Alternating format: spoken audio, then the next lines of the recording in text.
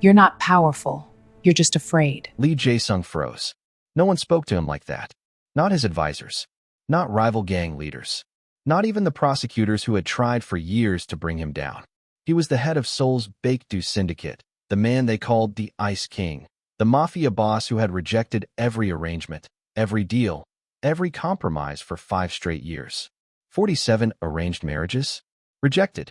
Billion-dollar business mergers with the Yakuza? Rejected. Peace treaties that could have ended brutal gang wars? Rejected. Lee Jae-sung didn't negotiate. He didn't bend. He said no to everything and everyone, and his reputation as Seoul's most untouchable man was built on that single, unbreakable word. But this woman, this American lawyer the FBI had flown in from Washington, D.C. to broker an impossible deal between Korean and American crime families, she didn't flinch. She didn't look away. She didn't show even a flicker of the fear that everyone else carried into his office. Naomi Brooks just leaned back in her chair, crossed her legs, and waited. "Excuse me," Jae-sung finally said, his voice dangerously quiet. "Before we continue, if you love intense Korean romance stories with powerful chemistry and unexpected twists, hit that subscribe button and turn on notifications so you never miss a story. Now, let's see what happens when an unstoppable force meets an unmovable object." 3 hours earlier, the gunshot had shattered the silence of Lee Jae-sung's penthouse office. Not at Naomi. At the crystal tumbler on his desk, which exploded into 1,000 glittering fragments that caught the Seoul sunlight like falling stars. His security team burst in, weapons drawn, but Jae-sung raised one hand and they froze. The woman standing in his doorway didn't even flinch. She just adjusted the crimson blazer of her suit and walked forward like she owned the room. "Dramatic entrance," she had said, her voice carrying the smooth confidence of someone who had negotiated with monsters before. "But I needed to make sure I had your attention." Jae-sung had studied her with the cold calculation that had earned him the nickname, the Ice King. American, late 20s, sharp brown eyes that seemed to catalog every detail of his office, from the bulletproof windows overlooking the city to the hidden panic button beneath his desk. She wore her hair in a professional bun, but a few loose curls framed a face that was striking not for conventional beauty, but for the intelligence burning behind those eyes.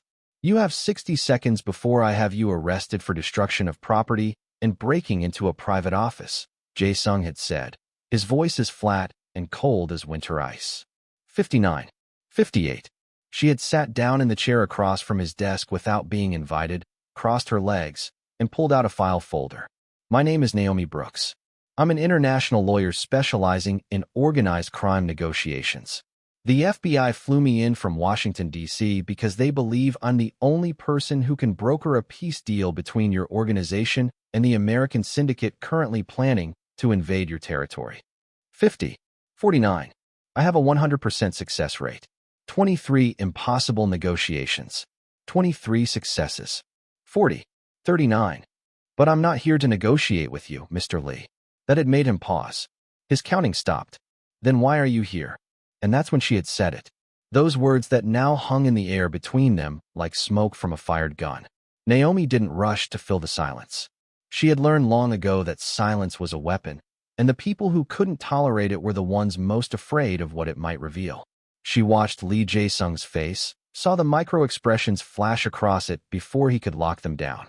Shock, anger, recognition, fear. Good. She had gotten through. "I've read your file, Mr. Lee," she continued, her voice measured and calm. "Every rejection, every deal you've walked away from. 47 women whose families wanted to align with your power. 12 business partnerships that would have doubled your empire. 8 peace treaties that could have saved lives. And you know what I see?" Jae-sung's hand tightened on the edge of his desk until his knuckles went white. His security chief, Park Sang-woo, stood by the door, hand hovering near his weapon, waiting for the signal. One gesture, and this woman would be removed from his office, from his building, from his city. But Jae-sung didn't give the signal. "A man running from something he's too afraid to face," Naomi finished. "You have no idea what you're talking about." His voice was still controlled, but there was an edge to it now, something sharp and dangerous beneath the ice. "Don't I?" She opened her file folder, slid a photograph across his desk. "Han Ji-woo, your fiancé, dead 5 years ago, The same week you rejected your first arranged marriage. The same week you became the Ice King. Jae-sung's blood turned to ice. Not the metaphorical ice of his reputation, but real, visceral cold that spread through his chest. No one mentioned her name. No one dared. He had made sure of that. The few people who had tried to bring up Ji-woo in the past 5 years had learned quickly that some subjects were forbidden. Some had been fired. Others had simply disappeared from his circle. The message was clear. Han Ji-woo was a ghost, and ghosts stayed buried. How did you get that? His voice was barely above a whisper, but it carried more menace than any shout. I'm very good at my job, Naomi said, and there was no smugness in her tone, just simple fact. And my job is understanding people. Understanding what drives them, what scares them, what makes them say yes or no. You've built an empire on the word no, Mr. Lee. But I think that word is a shield. And I think whatever you're protecting is eating you alive. He stood so fast his chair rolled backward and hit the wall. Park Sang-woo's hand went to his gun, but Jae-sung's raised finger stopped him. He walked to the floor-to-ceiling windows, putting his back to this infuriating woman who saw too much. Seoul stretched out below him, a city of 25 million people, and he controlled a significant portion of its underworld. He was powerful. He was feared. He was untouchable. So why did this one woman make him feel so exposed? You should leave, he said quietly, his reflection in the window showing none of the turmoil churning inside him. I will. But first, you need to understand what's happening. Naomi stood, and he could see her reflection moving closer behind him. In 3 weeks, the American syndicate will move on Seoul. They want your territory, your connections, your power. Without a treaty, this city runs red. Hundreds dead, maybe thousands. All because you're too afraid to say yes to a peace deal. I'm not afraid of anything. Then prove it. Her reflection stopped a few feet behind his. Meet me tomorrow night. Gangnam District, the Lotus Garden Restaurant, 8 p.m. If you're really not afraid, you'll show up. And if I don't, then I'll know I was right about you. That under all this power and control, you're just a frightened man hiding from his past. The words hit harder than any bullet could have. Jae-sung had been shot twice in his career, and both times he had barely flinched. But these words, spoken in that calm, almost compassionate tone, made him want to shatter every window in this office. Naomi walked toward the door, her heels clicking on the marble floor with measured precision. Then she paused, one hand on the door handle. Oh, and Mr. Lee, the next time you want to intimidate someone by shooting glassware, make sure they're the type to scare easily. I grew up in Southside Chicago. My father was a public defender who taught me to stare down men twice as dangerous as you before I was 12. Your gunshot just told me you're more bark than bite. She left before he could respond, the door closing behind her with a soft click that somehow felt louder than the gunshot that had started this entire encounter. Jae-sung stood at his window for a long time after she was gone, staring at the city below. The scattered glass from the tumbler crunched under Park Sang-woo's shoes as he approached carefully, the sound like small bones breaking. Boss, should I have her followed? Investigated? Removed from Seoul? No, Jae-sung said quietly, his voice carrying a weariness that Park had never heard before. She's right. Sir. Park's eyes widened. In 15 years of loyal service, he had never heard Lee Jae-sung admit to being wrong about anything. Jae-sung turned to face his oldest friend, his most trusted advisor. The man who had stood beside him through gang wars and government investigations, through the night Ji-woo died, and every empty day since. I am afraid. And that terrifies me more than anything else. Park opened his mouth, closed it, then tried again. Boss, what are you going to do? I don't know yet. Jae-sung walked back to his desk, picked up the photograph Naomi had left behind. Ji-woo smiled up at him from 5 years ago, her eyes bright with a happiness he now knew had been a lie. But I think I need to find out why she affects me like this. That night, Jae-sung did something he hadn't done in years. He researched someone. Usually, his intelligence team handled background checks, but this felt too personal to delegate.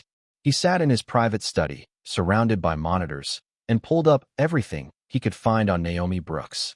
Harvard Law School, graduated top of her class. Daughter of Marcus Brooks, a Chicago public defender who had made his career representing the indigent and the desperate. Impressive trial record, known for her ability to see through deception and find the truth beneath surface lies. And then, 3 years ago, everything changed. Marcus Brooks had been shot by a client he was defending.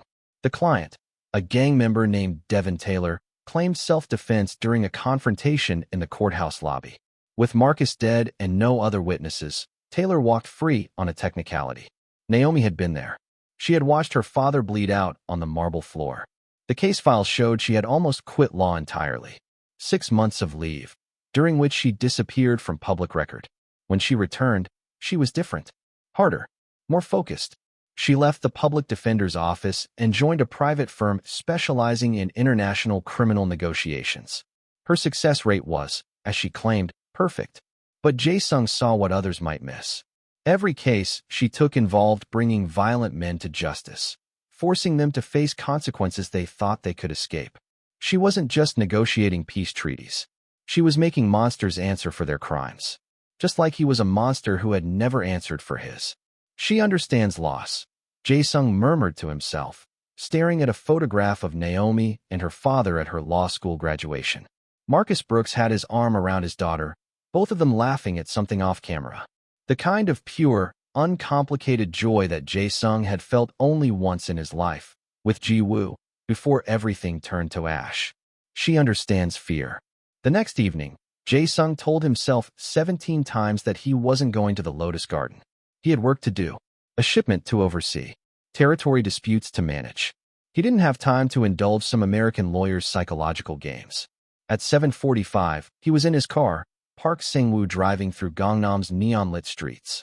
"You don't have to do this, boss," Park said carefully. "We could handle the American situation through traditional channels." "You mean violence?"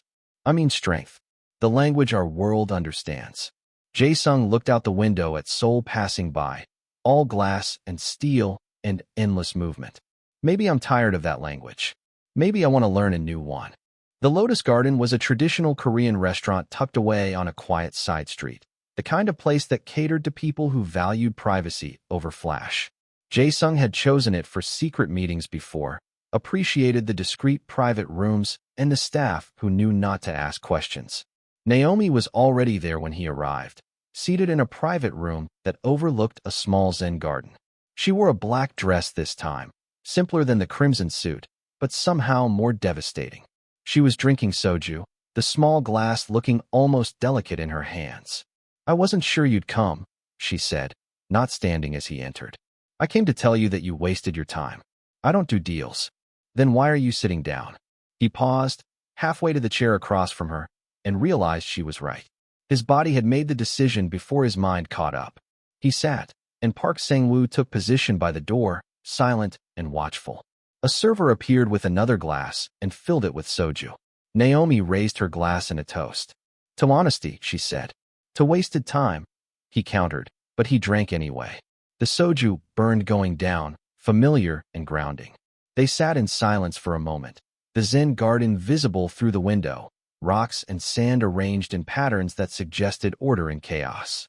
"Why did you really come?" Naomi asked finally. "Professional curiosity. You have a perfect success rate. I wanted to see if you're as good as your reputation suggests." "Liar." She poured them both another shot.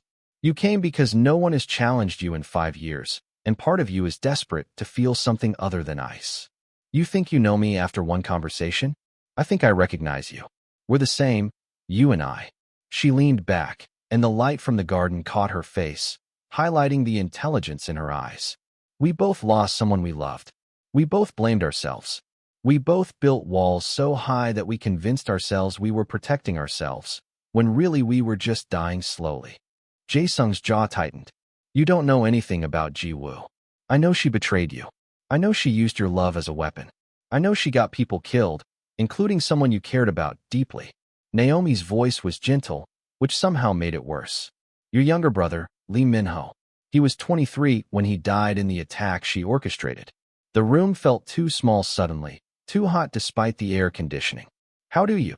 "Because I'm good at my job, and my job requires me to understand what breaks people." She set down her glass. "Ji-woo didn't just die 5 years ago. She took your ability to trust with her. She convinced you that saying yes to anything or anyone was the same as signing your own death warrant. She convinced me correctly." Jae-sung's voice was hollow. "I loved her. I trusted her with everything. My operations, my vulnerabilities, my heart. And she used every piece of that trust to destroy me. She used it to hurt you, Naomi corrected. But you're not destroyed. You're here. You're surviving. Surviving isn't living. No, it's not. But it's a start. Naomi poured another round, but neither of them drank. My father used to say that the bravest thing a person can do is trust again after betrayal. Not blind trust. Not stupid trust. But the conscious choice to believe that not everyone is the enemy. And look where that got him. Dead on a courthouse floor. Alive in my memory as someone who believed in the good in people, even when they disappointed him. She met his eyes, and Jae-sung saw no pity there, just understanding. He died doing what he believed in. I'm not saying his death was worth it. I'm saying his life had meaning beyond his fear. What does that have to do with me? Everything. Because right now, you're not living. You're existing. You've turned yourself into a monument to your own pain, and you call it power. But it's just a prettier word for prison. Jae-sung stood abruptly, the chair scraping against the floor. You don't know what you're asking. You're asking me to risk everything I've built. I'm asking you to risk feeling something again. Naomi stood too, facing him across the small table. Yes or no, Jae-sung. Not to the peace treaty. To life. To possibility. To the chance that maybe, just maybe, not everyone will betray you. The silence stretched between them, heavy with possibility and danger. Outside, Seoul hummed with life. Millions of people making choices, taking risks, saying yes and no to 1,000 small moments that shaped their existence. Jae-sung looked at this woman who saw through him, who challenged him, who refused to let him hide behind his carefully constructed ice. I need time, he said finally. You have 3 weeks before the Americans move. After that, time runs out for all of us. Naomi didn't leave Seoul. Over the next 2 weeks, she became a ghost that haunted every corner of Jae-sung's carefully ordered life.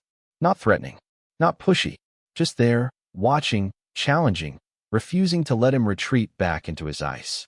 She showed up at his business meeting with the Busan port authorities, sitting in the back row like she had been invited. When his lieutenant, Kim Young-sik, questioned a contract term, suggesting they use intimidation to force better conditions, Naomi spoke from her seat. That's fear talking. You're responding to a perceived slight because you're afraid of looking weak. The room went silent. 15 hardened criminals turned to stare at this woman who had just called out their strategy as cowardice. Kim's hand went to his weapon. Boss, who is this woman? Jae-sung looked at Naomi, saw the challenge in her eyes, the slight curve of her lips that suggested she knew exactly how dangerous this moment was and didn't care. Someone who doesn't know when to stay quiet. Should I remove her? No. The word came out before Jae-sung could think about it. Let her speak. Naomi stood, walked to the front of the room with the confidence of someone who had faced down worse than a room full of gangsters. You're negotiating from a position of strength. You have leverage. But the moment you threaten violence, you lose the moral high ground, and you give them justification to bring in authorities. Smart negotiation isn't about who can hurt who. It's about who can offer the best deal. And what would you suggest? Jae-sung asked, genuinely curious despite himself. Offer them a percentage of increased efficiency. Your organization can move goods faster and more reliably than their current contractors. Frame it as a partnership that makes them more money, not a threat that costs them safety. The room considered this. Kim Young-sik looked at Jae-sung, waiting for direction. Do it, Jae-sung said. Ms. Brooksway. After the meeting, he cornered her in the hallway. You're going to get yourself killed, walking into rooms like that. Maybe, but I got your attention. She smiled, and it transformed her face from professionally beautiful to genuinely radiant. Besides, I've been in worse rooms. Try negotiating with Bratva enforcers in Moscow. Your men are practically gentlemen. Why are you really still here, Naomi? The peace treaty can wait until the deadline gets closer. Her smile faded, replaced by something more serious. Because I see someone worth saving. And I think you see the same in me. 2 people trying to figure out if they're brave enough to stop running. She left him standing in that hallway, her words echoing in his mind long after she was gone. 3 days later, she appeared at his private gym. Jae-sung, trained alone at night, needed the physical release after days spent controlling his emotions, his reactions, his entire existence. He was halfway through a brutal workout, sweat-soaked and breathing hard, when he sensed her presence. You fight like you're trying to beat yourself, Naomi said from the doorway. Jae-sung stopped, grabbed a towel, wiped his face. What are you doing here? Trying to understand you. Because I think under all that ice, there's someone worth understanding. She walked closer, and he was suddenly aware that he was shirtless, vulnerable in a way that had nothing to do with weapons or power. This is a private gym. Your security let me in. I think Park Sang-woo is starting to like me. Despite himself, Jae-sung almost smiled. Park has terrible judgment. Or maybe he sees what I see. Someone who's tired of being alone. She stopped a few feet away, close enough that he could smell her perfume, something subtle and expensive. Why do you do this? Train like you're at war with yourself? Because I am. The honesty surprised him. Every day, I fight the part of me that wants to feel something, wants to trust someone, wants to be more than the Ice King. And which side is winning? I don't know anymore. Since you arrived, everything is confused. Naomi reached out, and for a moment he thought she might touch him, but she stopped just short of contact. Good. Confusion means you're alive. It means you haven't completely frozen over. You should leave Seoul, Ms. Brooks. This world will destroy people like you. People like me? You mean people who aren't afraid to feel? Her hand dropped back to her side. I'm not as fragile as you think, Jae-sung. I've been destroyed before. I survived. I learned that the only thing worse than being hurt is never letting yourself feel anything at all. Even after what happened to your father? Even after watching him die because he trusted the wrong person? Her eyes flashed with pain, but she didn't look away. My father died believing in redemption, in second chances, in the possibility that people could be better than their worst moments. And yes, it got him killed. But his life had meaning. His death had meaning. He changed lives, saved people, made the world slightly less dark. What meaning does your survival have, Jae-sung? What are you building with all this power and control? The question hit like a physical blow. What was he building? An empire of ice. A kingdom of no. A monument to fear dressed up as strength. I don't have an answer for that, he admitted quietly. Then maybe it's time to find one. She turned to leave, then looked back. I'm not trying to fix you. I'm not some savior who thinks love conquers all. But I think we could help each other remember what it feels like to be human. If you're brave enough to try. She left, and Jae-sung stood in his empty gym, surrounded by weapons and exercise equipment. All the tools he used to maintain control over his body since he couldn't control his heart. For the first time in 5 years, he wondered if control was worth the cost. The next night, he found himself outside her hotel. He told himself he was checking her security, making sure the Americans hadn't found her location. But he knew the truth. He wanted to see her, wanted to hear her voice, wanted to feel that dangerous flutter in his chest that he had thought died with Ji-woo. He was about to leave when his phone buzzed. A text from an unknown number. I know you're outside. Either come up or go home, but stop lurking like a stalker. Room 1847. Despite everything, he smiled. He rode the elevator up, knocked on her door. She answered in pajamas, hair down for the first time since he'd met her, and she looked younger, softer, more real. Couldn't stay away? She asked, leaning against the doorframe. I was concerned about your security. Liar. But she stepped aside, let him in. Her room was modest, not the luxury suite his organization would have provided. Her laptop was open on the desk, covered in case files and research. A half-eaten container of Korean fried chicken sat beside it. She had made Seoul home, at least temporarily. Want some? She gestured to the chicken. I ordered too much. They sat on her small couch, sharing food like normal people, like this wasn't the strangest thing he'd done in years. Naomi talked about her cases, about the psychology of negotiation, about the art of reading people. Jae-sung found himself talking too, not about business or strategy, but about Seoul, about the city he loved beneath all the violence and control. I used to walk everywhere, he said, surprising himself. Before I became this, I'd walk from Gangnam to Hongdae, just watching people, imagining their lives. I loved this city. What changed? I stopped being able to see anything except threats and opportunities. Every person became a potential enemy or asset. I lost the ability to just see people as people. You're seeing me as a person now. He looked at her, really looked at her. You're making it very difficult not to. The air shifted between them, charged with possibility and danger. Naomi set down her piece of chicken, turned to face him fully. I want to tell you something, she said. And I need you to listen without your walls up. I can't promise that. Try. She took a breath. I came to Seoul for the peace treaty. That's true. But I stayed because of you. Because I recognized something in you that I've been running from in myself. The belief that if we don't let anyone in, we can't be hurt again. And I'm tired, Jae-sung. I'm tired of being alone. I'm tired of being strong. I'm tired of pretending that surviving is the same as living. Naomi, you don't have to say anything. I just needed you to know.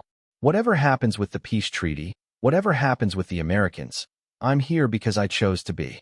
Because for the first time in 3 years, I feel something other than anger or emptiness.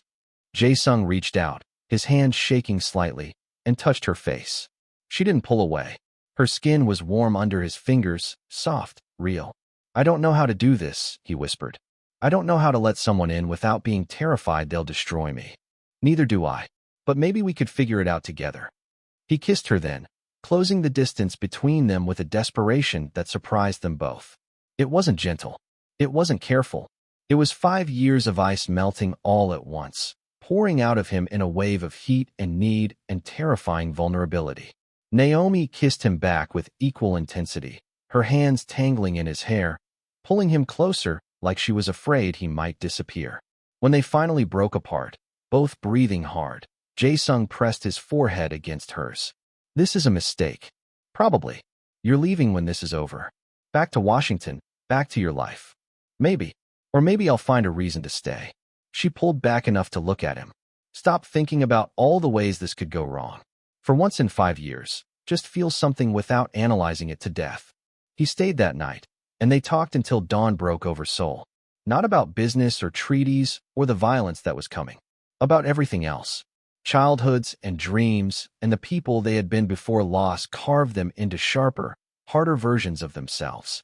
Naomi told him about growing up in Chicago, about her father teaching her chess in their small apartment, about the sound of his laughter and the way he believed in people even when they disappointed him. He would have liked you, she said. He always saw potential in people others had written off. Jae-sung told her about Min-ho, his younger brother who had wanted to be a doctor, who had hated the family business but loved his brother too much to leave. He was good. Actually good. Not like me. I dragged him into this world, and it killed him. Jiwoo killed him. Not you. I trusted her. That trust killed him just as surely as the bullets. Then don't make his death meaningless by refusing to ever trust again. Honor him by learning to be better than your fear. When Jae-sung finally left her hotel room as the sun painted Seoul in shades of gold and pink, Park Sang-woo was waiting by the car with a knowing look. Not a word, Jae-sung said. Wasn't going to say anything, boss. Except that I haven't seen you look this human in 5 years. Over the next week, Jae-sung and Naomi fell into a pattern. She would show up at his meetings, challenging his decisions, forcing him to think differently. He would appear at her hotel, bringing food, staying late, talking about everything and nothing. They didn't define what they were doing. Didn't put labels on the way she fit into his arms or the way he smiled when she walked into a room. But Park Sang-woo noticed. His other lieutenants noticed. And that meant others would notice too. The attack came on a Tuesday night, 3 weeks to the day after Naomi had first walked into his office. Jae-sung was in a meeting with his financial advisors when his phone buzzed with an alert from his security system. Someone had breached the perimeter around Naomi's hotel. His blood turned to ice. Not the metaphorical ice of his reputation. Real, visceral cold that spread through his chest like poison. Meeting's over, he said, already standing, already moving. Park with me. Everyone else, secure your positions and wait for my signal. He didn't explain. Didn't need to. His men had learned over the years that when Lee Jae-sung moved with that kind of urgency, you followed orders and asked questions later. The drive to her hotel took 8 minutes that felt like 8 hours. Park drove with controlled precision, weaving through Seoul traffic while Jae-sung tried to reach Naomi. Her phone rang, and rang, and rang. She's probably in the shower, Park said, trying to be reassuring. Or asleep. She always answers. Always. Jae-sung's hands were shaking, and he couldn't make them stop. When had he started caring this much? When had she become the thing he feared losing more than his empire, his reputation, his carefully constructed life? They arrived to find the hotel lobby in chaos. Security guards down, guests screaming, and upstairs, on the 18th floor, the sound of gunfire. Jae-sung didn't remember running through the lobby, didn't remember taking the stairs because the elevator was too slow, didn't remember anything except the terror pounding through his veins with every heartbeat. Park was behind him, weapon drawn, shouting something about waiting for backup, but Jae-sung couldn't wait. Wouldn't wait. He reached her floor to find her door blown open, the hallway filled with smoke. 3 bodies lay in the corridor, not his men, not Naomi, but attackers taken down by someone who knew how to fight. Inside her room, Naomi was backed into the corner, a lamp held like a weapon, blood running down her arm from a grazed wound. 2 more attackers were on the floor, unconscious or worse. And standing in front of her, gun raised, was a man Jae-sung recognized from intelligence photos. Marcus Chun, American Syndicate, known for eliminating obstacles efficiently and without mercy. Step away from her, Jae-sung said, his voice deadly calm, his own weapon trained on Chen's head. Chen smiled, didn't lower his gun. The Ice King himself. They said you didn't care about anyone. Guess they were wrong. Last chance. Step away. Or what? You'll start a war? Oh wait, the war's already started. See, your little lawyer friend here. She's been a problem. FBI sent her to broker peace, but peace isn't profitable. War is. And dead negotiators can't negotiate. Jae-sung's finger tightened on the trigger. 1 shot. That's all it would take. But Chen's gun was still pointed at Naomi, and at this distance, even if Jae-sung killed him, Chen's dying reflex could pull the trigger. Jae-sung, don't. Naomi's voice was steady despite the blood, despite the fear. He wants you to kill him. It justifies escalation. Listen to your lawyer, Ice King. She's smart. Too bad smart doesn't stop bullets. Then everything happened at once. Chen's finger moved on the trigger. Jae-sung fired. Park came through the door behind them, and Naomi threw herself sideways, the lamp in her hands crashing into Chen's arm just as his gun went off. The bullet hit the wall where Naomi's head had been a second before. Chen went down, Jae-sung's shot taking him in the shoulder, not fatal but incapacitating. Park secured him while Jae-sung ran to Naomi, pulling her into his arms with a desperation that shattered any pretense of professional distance. Are you hurt? Where are you bleeding? Naomi, look at me. I'm fine. It's just a graze. But she was shaking now, the adrenaline wearing off, the reality of how close she'd come to dying hitting her all at once. How did they find me? I don't know, but we're going to find out. He pulled off his jacket, wrapped it around her shoulders. Can you walk? Yes. Jae-sung, I'm okay. But he couldn't let her go. His arms stayed locked around her, and he realized with stunning clarity that he had just broken his most fundamental rule. He had said yes. Yes to caring. Yes to fear. Yes to the possibility of loss. And now that he had, the terror of it was almost overwhelming. I thought I lost you, he whispered against her hair. I thought I was too late. You weren't. You came for me. Always. The word came out before he could stop it. I will always come for you. Park cleared his throat. Boss, we need to move. More could be coming. Jae-sung nodded, helped Naomi to her feet. They made it to his car, Park driving them not to her hotel or his office, but to his personal compound, the one place he knew was truly secure. In the car, Naomi sat close to him, her hand gripped in his. They knew where I was staying. They knew exactly which room. Inside information. From who? The FBI? My own people. We'll figure it out. But first, I'm getting you somewhere safe, and you're staying there until this is over. I'm not hiding while you fight this war. Naomi. No. You don't get to protect me by locking me away. We're in this together now. You said yes, remember? You said you'd always come for me. Well, I'm saying yes to you, to this, to whatever comes next. He looked at her, this woman who had walked into his office 3 weeks ago and shattered 5 years of ice with 6 words, and he knew that everything had changed. He couldn't go back to being the Ice King, couldn't go back to saying no to everything and everyone. She had broken him, and somehow, in the breaking, she had made him whole. At his compound, a traditional hanok hidden in the hills outside Seoul, Jae-sung's medical team treated Naomi's wound while he paced like a caged animal. Park Sang-woo coordinated security, tripling the guards, running background checks on everyone who had known Naomi's location. When the doctor finally left, declaring the wound superficial, Jae-sung sat beside Naomi on the couch. She had changed into clothes from his closet, a shirt that hung large on her frame, and she looked young and vulnerable and impossibly brave. Tell me about the FBI operation, he said. Everything. Who knew you were here? Who gave the orders? Who has access to your location data? Naomi walked him through it. Her handler, Agent Morrison, had briefed her in Washington. He'd arranged her travel, her hotel, her security protocols. He checked in daily, knew her movements, her meetings, everything. Morrison, Jae-sung repeated. James Morrison, former CIA, transferred to FBI Organized Crime Division 5 years ago. You know him? I know of him.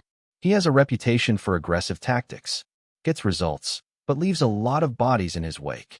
Jae-sung pulled out his phone, started making calls. Park, I need everything on FBI agent James Morrison. Financial records, communications, travel history. I want to know everywhere he's been and everyone he's talked to in the last 6 months. While they waited, Naomi made coffee in his kitchen, moving through his space like she belonged there. Jae-sung watched her, marveling at how natural it felt to have her here, in his most private sanctuary. I never bring anyone here, he said. She looked up from the coffee maker. Why not? Because this is where I can be myself. Not the Ice King. Not the head of the Baekdu Syndicate. Just me. And I haven't wanted to share that with anyone. Until now. Until you. He crossed to her, pulled her close despite the fresh bandage on her arm. You broke something in me, Naomi. Or maybe you fixed something. I don't know which, but I know I can't go back to who I was before you. She reached up, touched his face. Good. Because I like who you are now. Scared and human and trying to figure it out. They kissed, softer this time. Less desperate, but somehow more meaningful. A promise instead of a question. Park Sang-woo's arrival broke the moment. He had a laptop and a grim expression. Boss, you need to see this. The financial records painted a damning picture. Morrison had received 3 wire transfers in the last 2 months, each from a shell corporation that Jae-sung's intelligence network traced back to the American Syndicate. $500,000 total.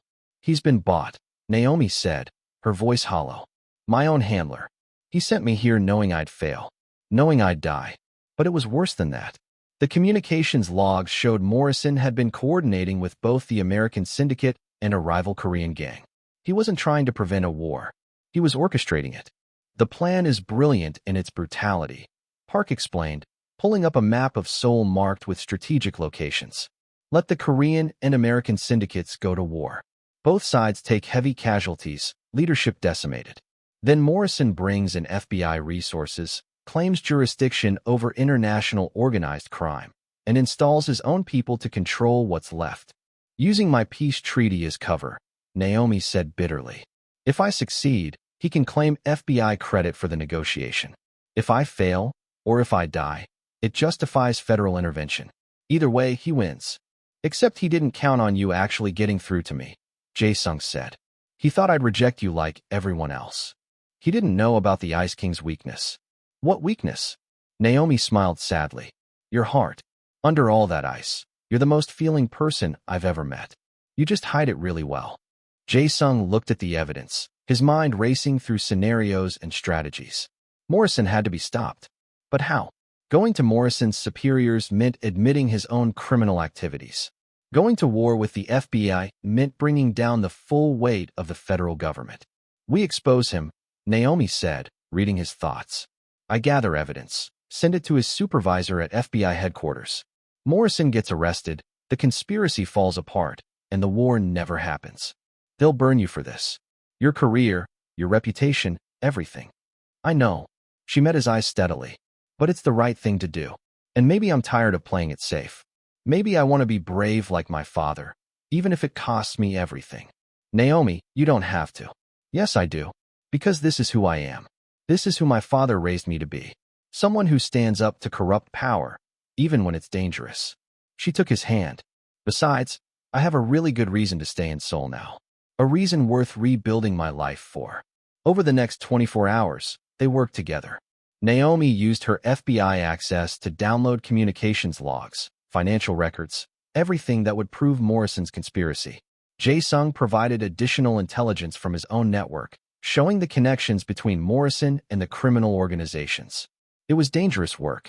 Morrison was checking in daily, growing suspicious when Naomi claimed she needed time to recover from a mugging.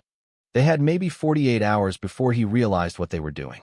Late that night, as they compiled the final evidence package, Naomi's phone rang.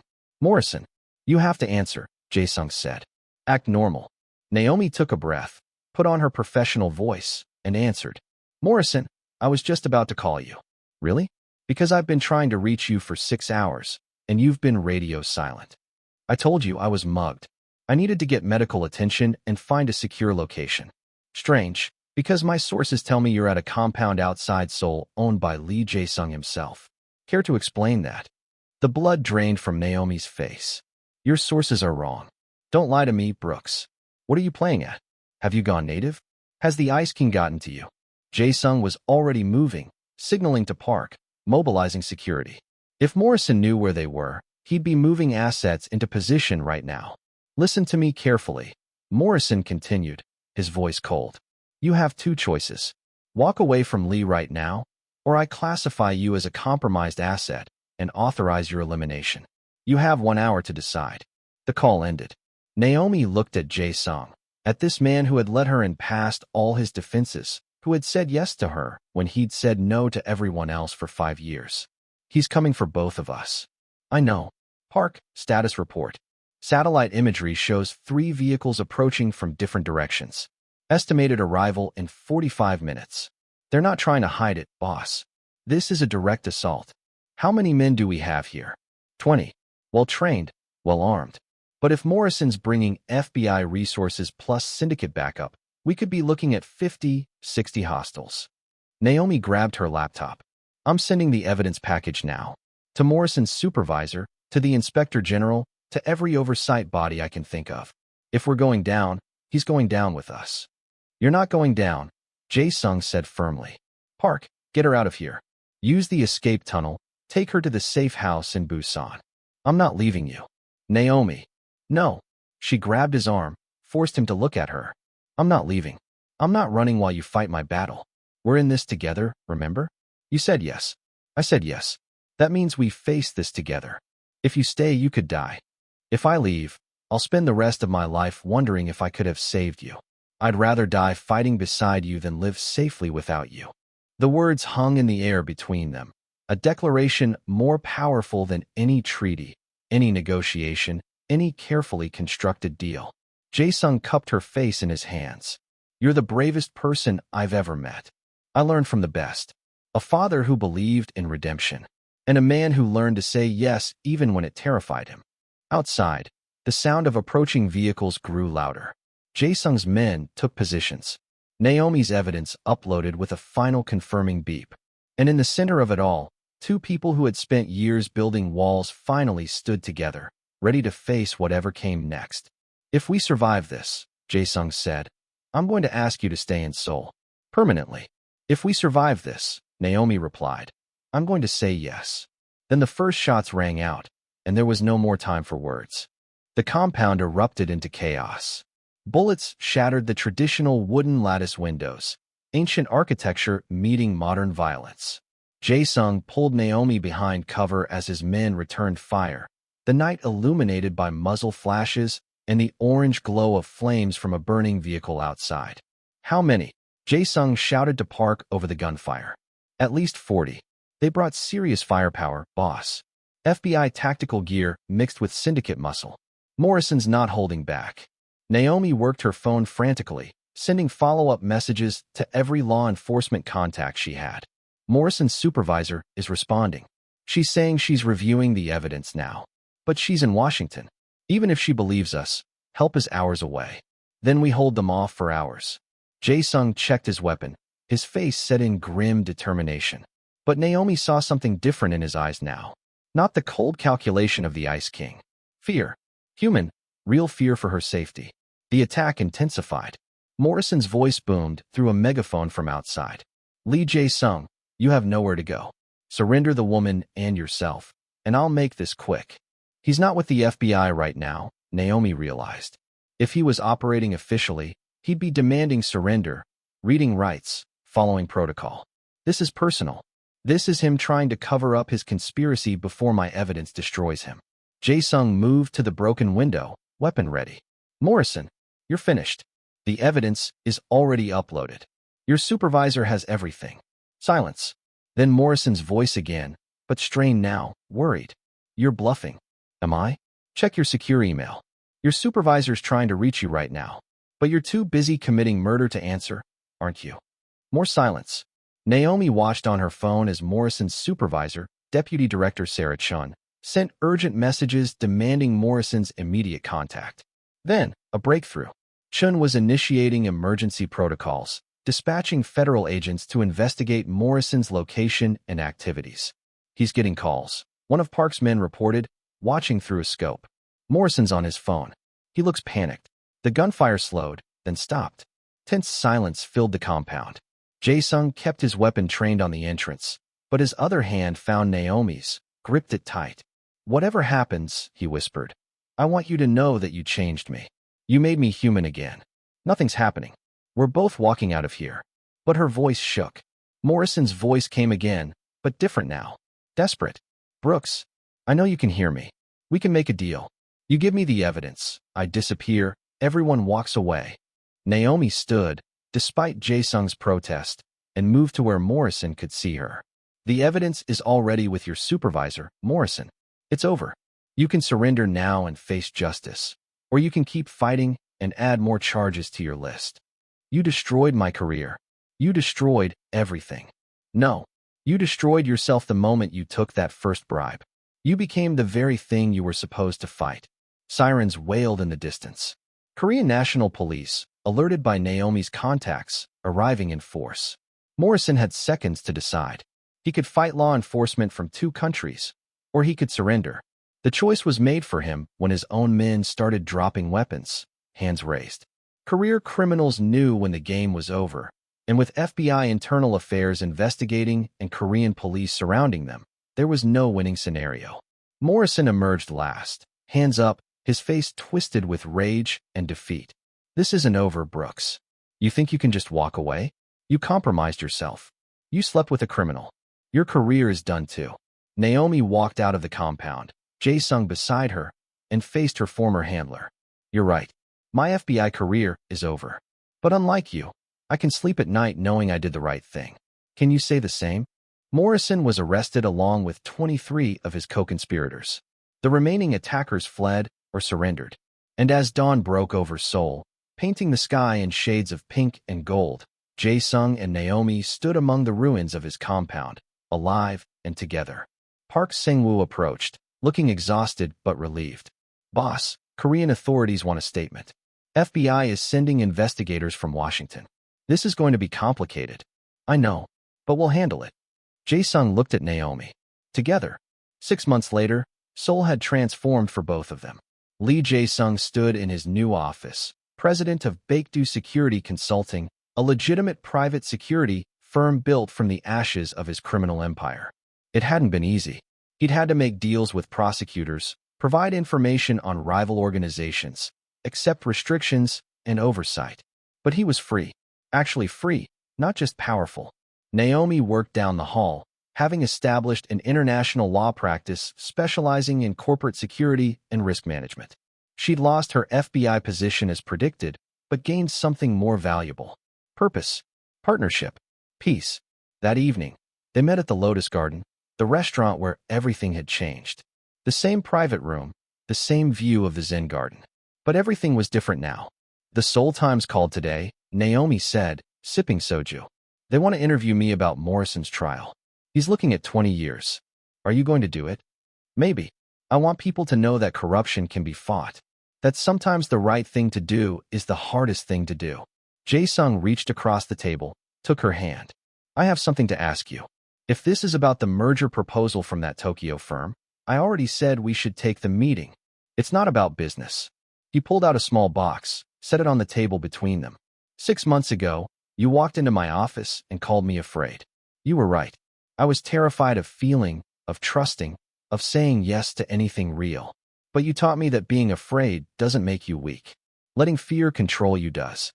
Naomi's eyes widened as he opened the box, revealing a simple platinum band with a single diamond. "I spent 5 years saying no to everything. 47 marriage proposals from people I didn't love. But now I'm asking someone I do love. Someone who saw through all my ice and found something worth saving underneath." His voice shook slightly. "Naomi Brooks, will you marry me?" She was crying now, smiling through tears. "You know, When I walked into your office 6 months ago, I thought I was there to negotiate a peace treaty between criminal organizations. I didn't realize I was there to find peace for myself. Is that a yes? That's a yes to everything. To you, to Seoul, to a life where we get to feel everything, even when it's scary. Especially when it's scary. She stood, pulled him up, kissed him in front of the window overlooking the garden. Yes, Jae-sung. Always yes. As they held each other, soul glittering beyond the window, two people who had built walls against the world finally had a home in each other. The story of the Ice King who learned to say yes teaches us that strength isn't found in isolation or refusal.